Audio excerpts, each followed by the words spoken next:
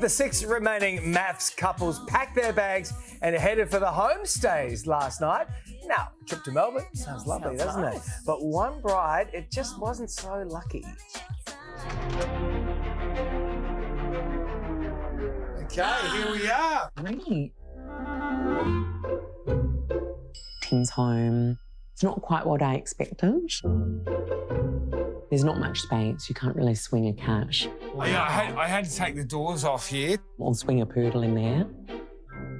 I mean, this is going to sound a bit judgy-wudgy, but it's not the sexiest bedroom in the world.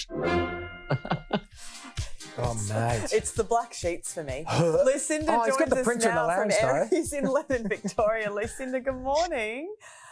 Okay, Morning, take us guys. back. The door opened. What's the smell like? Be honest. What were you thinking? hits What you? were you smelling? What were you feeling? Look, I was a bit deflated. I was a bit like, oh, this is such a bachelor pad. I mean, in fairness to Tim, there was a 20-year-old slob living in there for the time he was in MAFS, so he was a bit disappointed. And, you know, I've since been in his apartment and he has zhuzhed it up somewhat, so bless. Trying to suspend judgment somewhat. I am trying to suspend judgment somewhat. You know what? Let us judge for you. You don't have to do the dirty work for us. Timothy headed into Homestay Week with a huge emotional hangover, though. Were you hoping he'd stay as open as he has been? I think there's been a real push out there. A lot of people have really felt that you've really made a big impact on this guy. Look, I mean, we've learned a lot from each other. There's no doubt about it. But yeah, look, Tim was at absolute capacity at that point. He had a vulnerability hangover. He just had enough. You know, it's not his usual habitat, the language of emotion and feelings. And I get, you know, he sort of came back with his dogs in Melbourne and he just had enough. So I do get it. Do you think he'd shut down a little bit when he got back, like had to bring the shutters down? Right. And what changed for you after speaking with his friend Shane? That was a little bit hard to hear, that Tim is a doting person and usually very nurturing, because I hadn't felt that during the experience. And it was a bit of a penny drop, I think, that, yeah, like if I was Tim's type or his jam, potentially he would be like he usually is. So it was a penny drop moment, I think. Yeah, I mean, it must put a lot of thoughts into your head as you're going into this week as well. That he leaves you alone in his apartment. So what are you thinking at that time?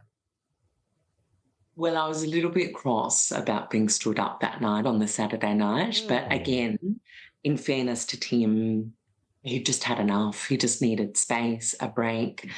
And, you know, I've got to respect we're all different. You know, we all do it differently. I feel like you're doing a lot of the heavy lifting in this relationship. Do you mind me saying that? I think a lot of viewers at home, everyone loves you. I see all the responses to you online. People are saying you're the hero of the series. I think you're doing a lot of the heavy lifting here. I mean, he has to take some accountability, no matter what his tragic backstory is. To give it a go, right? Yeah, look, I mean...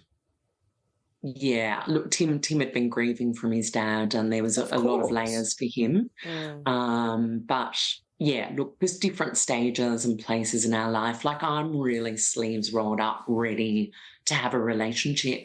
I want to meet a co-visionary, a co-creator partner that's really down, you know, up for it with me. And at this point, I'm just going... Is your cup full or empty going into this Homestay Week? Good question.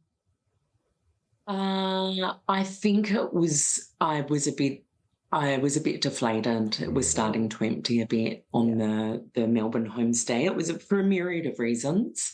And of course Tim too, respectfully. I mean, there's so much love between Tim and I, but yeah, I think it just came to a crescendo there in Melbourne and I was just going, I'm at a standstill. I don't know what else to do. I mean, obviously this is such an incredible opportunity, this show, to explore every facet of what you've been matched with and really give it a good shot. And I did my best. Well, you're giving it your best shot. It's great to see. Lucinda, we always love chatting with you. Thanks for joining us.